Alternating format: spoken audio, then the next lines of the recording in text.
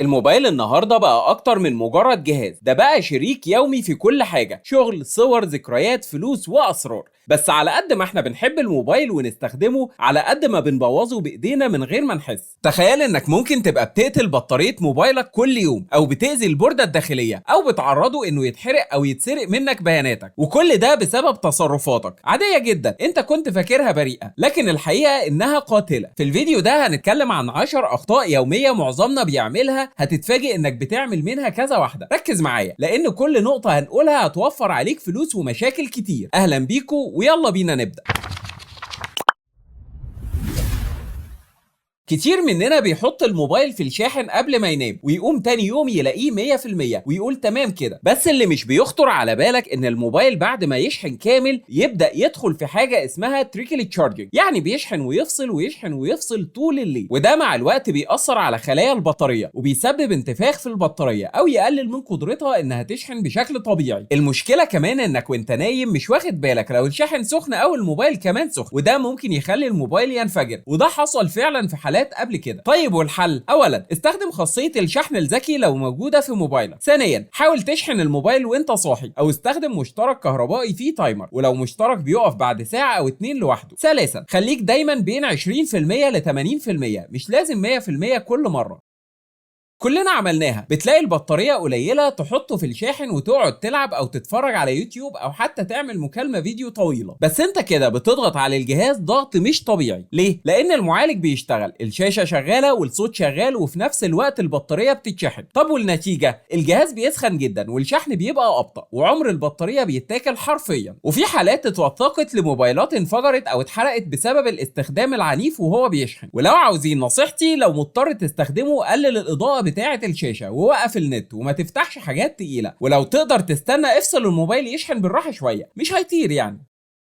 فاكر الشاحن اللي اشتريته ب 30 جنيه من على الرصيف؟ ده مش شاحن، ده قنبله موقوته. الشواحن دي بتبقى من غير دوائر حمايه داخليه وبتطلع كهرباء مش مستقره للموبايل. طيب ايه اللي ممكن يحصل بسببها؟ تلف في البطاريه، اجزاء في البورده ممكن تتحرق، سخونه مفرطه، وللاسف في حالات وصلت ان الموبايل اتحرق بالكامل. طب وايه الحل؟ اشتري شاحن اصلي من الشركه او من مكان موثوق، ولو بتستعمل شاحن مش اصلي على الاقل اتاكد ان فيه شهاده امان زي CE او RoHS. وابعد خالص عن الشواحن اللي مش مكتوب عليها بيانات او خفيفه جدا في الوزن، دي بتبقى مضروبه بنسبه 99%.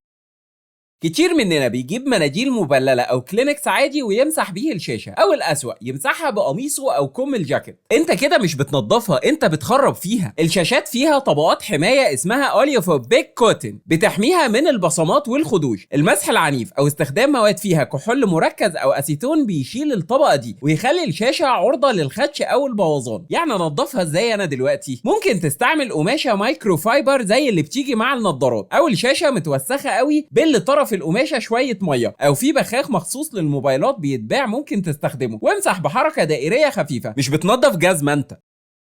فتحت تطبيق كشاف لقيته طالب ياخد اذن الكاميرا والميكروفون والموقع وجهات الاتصال. ليه؟ هو كشاف ولا FBI؟ اللي انت مش عارفه ان التطبيقات دي ممكن تكون بتجمع بياناتك وتبيعها، او بتسحب من البطاريه والرام طول الوقت من غير ما تعرف، وبتخلي الموبايل يسخن ويبطأ او حتى ينهار. بس برضه علشان محدش يقلق قوي، الصلاحيات اللي البرامج بتبقى عاوزاها علشان يشغل ميزه معينه التطبيق بيعملها، فعاوز ياخد اذن لنظام التشغيل انه يقدر يوصل لها. طيب والحل؟ راجع كل شويه الصلاحيات من الاعدادات، وامسح التطبيقات اللي مش بتستخدمها، وما تنزلش اي ابلكيشن من مصدر مش رسمي.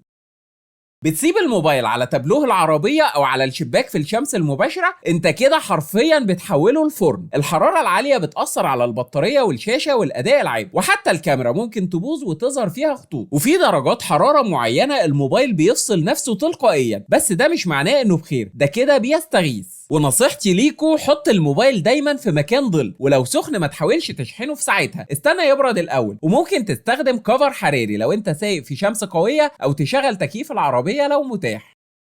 الموبايل زي الانسان محتاج يرتاح، لو فضلت مشغله بالشهور من غير ما تعمل له ريستارت، فيه ملفات مؤقته هتتراكم وبرامج هتشتغل في الخلفيه، والجهاز هيبقى تقيل وبطيء. ده غير انه ممكن حاجات تفضل معلقه في الرام وتاثر على الاداء. يعني اعمل ايه في الموضوع ده؟ كمان كل 3 ل 4 ايام اعمل ريستارت للجهاز، ده بيريح النظام وبيمسح الملفات المؤقته وبيخلي الجهاز يشتغل اسرع. زي ما انت بتنام كده، الموبايل محتاج يريح شويه هو كمان.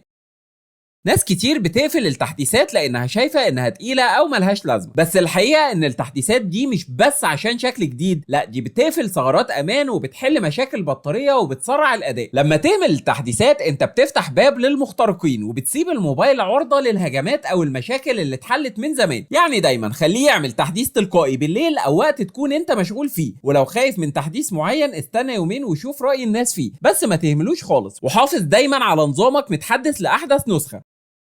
ناس كتير بتشتري جراب للموبايل شكله شيك او لونه ملفت، بس ما بتفكرش ابدا هو بيأذي الجهاز ولا لا. الجرابات الرخيصة او المصنوعة من مواد بلاستيك مش كويسة بتمنع الموبايل من التنفس، خصوصا وقت الشحن او الاستخدام التقيل، والنتيجة سخونة زيادة، البطارية تضعف، الموبايل يبقى تقيل في الاداء، وفي بعض الحالات الجرابات دي بتضغط على اطراف الشاشة او زراير معينة وبتخليها تبوظ مع الوقت. يعني اختار جراب يكون معمول من مواد تسمح بتسريب الحرارة زي السيليكون عالي الجودة او الجرابات المهوية، وبلاش الجرابات اللي بتغطي كل فتحات التهوية. وكل كام يوم شيل الجراب ونظف الموبايل، لان التراب اللي بيتجمع تحته بيعمل خدوش مع الوقت. عارف انك لما تسيب الواي فاي والبلوتوث مفتوحين على طول حتى وانت مش بتستخدمهم ده بيسحب من البطارية؟ بس مش كده وبس، ده كمان ممكن يخلي الموبايل عرضة للاختراق، لان في بعض الهجمات بتتم عن طريق شبكات واي فاي وهمية او اجهزة بلوتوث مزيفة. يعني مش بس استنزاف للبطارية، ده كمان خطر امني حقيقي. طب وايه الحل؟ لما تخرج من البيت اقفل الواي فاي وخليك على الداتا بس لو محتاجها، ولو مش موصل سماعة بلوتوث او سمارت واتش اقفل البلوتوث. وفي خاصية اسمها سكاننج بتكون شغالة اوتوماتيك، اقفلها من اعدادات الموقع لانها بتشتغل حتى لو الواي فاي مقفول.